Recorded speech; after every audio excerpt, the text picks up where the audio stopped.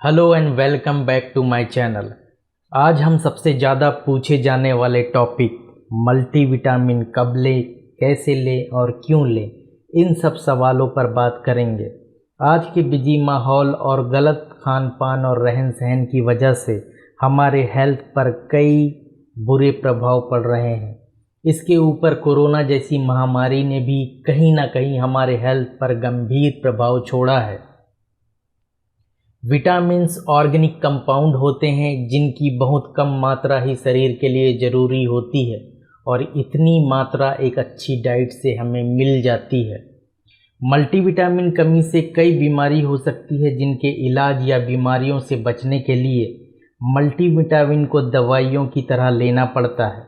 हमारे शरीर से विटामिन की कमी कई कारणों से हो सकती है, जैसे डाइट से पर्याप्त मात्रा में नहीं मिलना, शरीर में मल्टीविटामिन का पर्याप्त अब्जॉर्प्शन ना होना, टिश्यू में रिक्वायरमेंट का बढ़ना, एक्सक्रीशन का बढ़ जाना और कुछ जेनेटिक एबनॉर्मेलिटीज़ का होना और दवाइयों और विटामिन्स के बीच का इंटरेक्शन।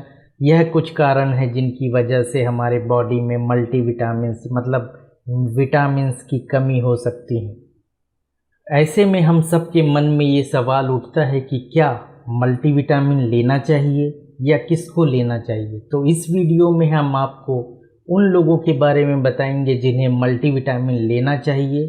तो इस वीडियो को लास्ट तक देखें और आखिर में हम 2-3 ऐसी मल्टीविटामिन कैप्सूल के बारे में बताएंगे जो आप इस्तेमाल कर सकते हैं। अगर आपको वीडियो पसंद आ रहे हैं तो ज़रूर चैनल को सब्सक्राइब करें। कुछ सवाल करना चाहते हैं तो कमेंट बॉक्स में कमेंट कर पूछ सकते हैं। तो चलिए शुरू करते हैं। Number 1, vegetarian. वह लोग जो अपने खान पान में सिर्फ वेज चीज़ों का इस्तेमाल करते हैं, उन लोगों में कुछ विटामिन्स की कमी हो सकती है, जैसे विटामिन B12।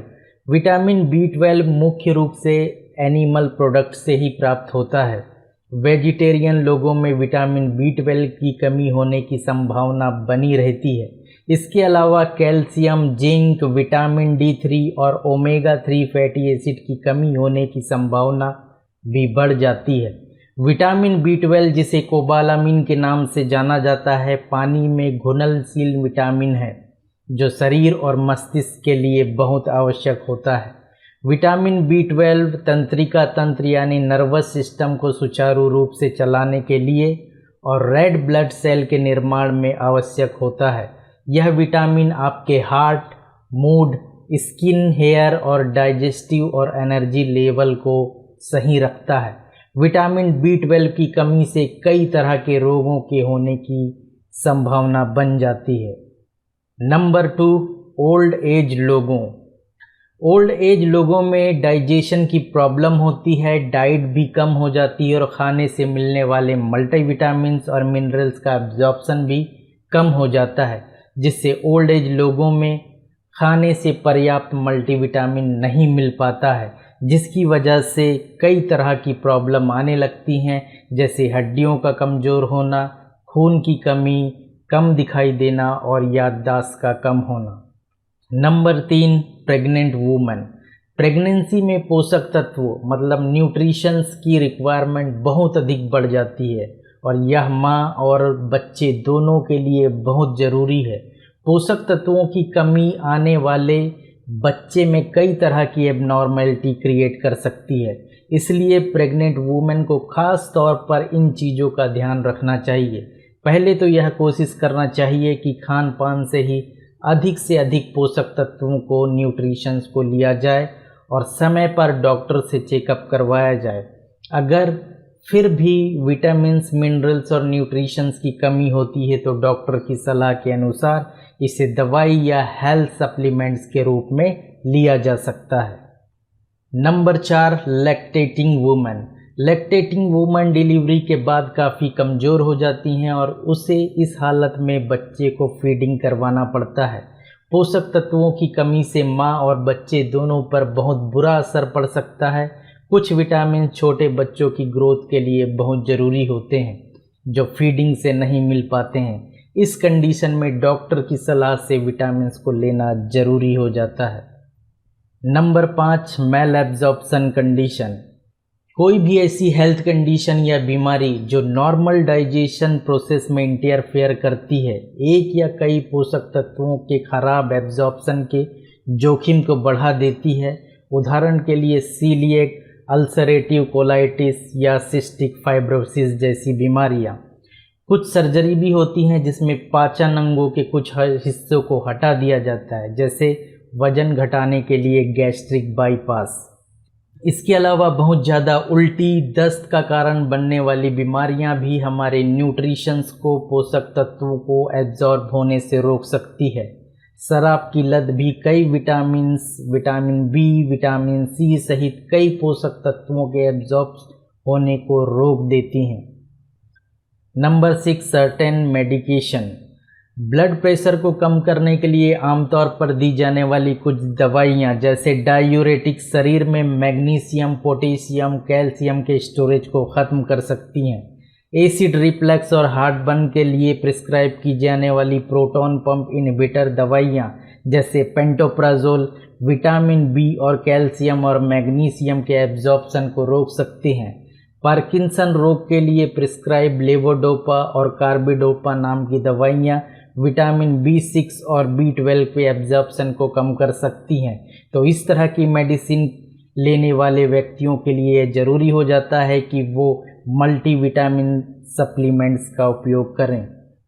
Number 7, athletes. अगर आप एथलीट्स हैं, प्लेयर हैं तथा आपके शरीर को पोषक तत्वों की आवश्यकता है, आम लोगों के मुकाबले कहीं ज़्यादा एथलीट्स को इन सब चीज़ों की आवश्यकता होती है। मसल्स और हड्डियों की मजबूती के लिए मल्टीविटामिन की आवश्यकता पड़ती है। ऐसे में खाने से पर्याप्त न्यूट्रिशन नहीं मिलने पर मल्टीविटामिन सप्लीमेंट लेना पड़ सकता है। विटामिन D3 जैसे सप्लीमेंट कैल्शियम का एब्जॉर्प्शन को बढ़ाकर हड्डियों को मजबूत बनाने में मदद कर सकते हैं। हमने अक्सर देखा है कि कई बच्चे कई सारी चीज़ों को खाने में आनाकानी करते हैं, वह कई ज़रूरी चीज़ें नहीं खाते हैं, जंक फूड ही खाते रहते हैं। इन जंक फूडों में पोषक तत्वों की कमी रहती है, जबकि बच्चों के संपूर्ण विकास के लिए न्यूट्रिशन की ज़रूरत बनी रहती है। इन न्यूट्रिशन की कमी से बच्चों की नॉर्मल ग्रोथ पर बुरा असर पड़ सकता है, जो बच्चों की हेल्थ, हाइट और दिमागी कंडीशन पर असर डाल सकते हैं। ऐसी कंडीशन में फूड सप्लीमेंट लेकर न्यूट्रिशंस को पूरा किया जा सकता है। अब हम इस पर चर्चा करते हैं कि किन लोगों को मल्टीविटामिन नहीं लेना चाहिए। जब आप कोई भी मल्टीविटामिन लेते हैं तब उस टैबलेट या कैप्सूल में मल्टीविटामिन की डोज या मात्रा कितनी है। हमारी बॉडी की ज़रूरत से ज़्यादा मात्रा होने पर यह नुकसान भी पहुंचा सकती है। एप्रोप्रिएट डोज विटामिन की सॉल्युबिलिटी पर निर्भर हो सकती है, जिसे दो ग्रुप में कैटेगराइज किया गया है। पहला है वाटर सॉल्युबल, दूसरा है फैट सॉल्युबल। वाटर सॉल्युबल इस तरह के विटामिन्स को आपका शरीर एक्सेसिव अमाउंट होने पर भी यूरिन के माध्यम से बाहर निकाल देता है।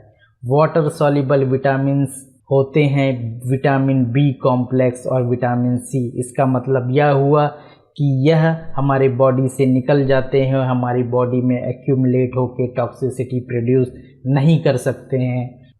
दूसरा है fat soluble. Fat soluble vitamin की एक्सेस मात्रा हमारे शरीर से बाहर नहीं निकल पाती है, जमा होकर एक्स्ट्रा अमाउंट हो जाती है और लीवर टॉक्सिसिटी का कारण बन सकती है। इस कैटेगरी में आने वाले विटामिन से ए, डी और के। इन दोनों कैटेगरी के अनुसार देखते हैं कि किन लोगों को विटामिन नहीं लेना चाहिए और कौन सा विटामिन नहीं लेना चाहिए। पहला है प्रेग्नेंट वुमन। गर्भवती महिलाओं को विटामिन ए लेने से पहले ख़ास तौर पर सावधान रहने की आवश्यकता है, क्योंकि विटामिन ए का अत्यधिक सेवन जन्मजात विकलांगता या कॉन्जेनिटल डिसेबिलिटीज़ को प्रोड्यूस कर सकता है। दूसरा है न्यूट्रिएंट्स डेंस फूड लेने वाले। यदि आप मल्टीविटामिन लेते हैं और कई पोषक तत्व न्यूट्रिशन से भरपूर खाना भी खाते हैं, तो आप कई पोषक तत्वों की रिकमेंडेड डोज से अधिक मात्रा ले रहे हैं, जो टॉक्सिसिटी का कारण बन सकता है। ऐसे व्यक्तियों को भी मल्टीविटामिन नहीं लेना चाहिए। तीसरा है स्मोकर्स। स्मोकिंग करने वालों को बड़ी मात्रा में बीटा कैरोटीन या विटामिन ए वाले मल्टीविटामिन से बचना चाहिए, क्योंकि ये पोषक तत्व फेफड़ों के कैंसर के खतरे को बढ़ा सकते हैं। अब लोग ये अक्सर पूछते हैं कि मल्टीविटामिन ले तो कौन सा ले। वैसे तो मार्केट में बहुत सारे मल्टीविटामिन अवेलेबल हैं जो काफ़ी महंगे होते हैं और कई काफ़ी सस्ते होते हैं। यह आपके ऊपर है कि आप कौन सा मल्टीविटामिन लेते हैं, पर मैं यहाँ 2 ऐसे मल्टीविटामिन कैप्सूल के बारे में बता रहा हूँ जो काफ़ी अच्छे और किफ़ायती हैं। नंबर 1 है बेकाडेक्सामीन कैप्सूल। यह मल्टीविटामिन मल्टी मिनरल कैप्सूल है। यह सॉफ्ट जिलेटिन कैप्सूल के फॉर्म में आता है। इसके एक पैक में 30 कैप्सूल है। इसे जो कंपनी बनाती है उसका नाम है ग्लैक्सोस्मिथक्लाइन फार्मास्यूटिकल। इसकी MRP लगभग 46 रुपये है। Number 2 Supradyn tablet. यह multivitamin, multi minerals, trace elements और अमीनो एसिड का कॉम्बिनेशन है। यह शुगर कोटेड टेबलेट के फॉर्म में अवेलेबल है। इसके पैक में 15 टेबलेट होती हैं। यह बेयर नाम की कंपनी द्वारा मैन्युफैक्चर किया जाता है। इसकी MRP लगभग 60 रुपये है। उम्मीद है कि आज का वीडियो आपको काफ़ी पसंद आया होगा और इस वीडियो से आपने बहुत कुछ सीखा होगा। तो एक लाइक तो बनता है। अगर आप कमेंट्स करते हैं तो हम आगे भी आपके लिए ऐसे ही वीडियोज़ लाते रहेंगे। शुक्रिया।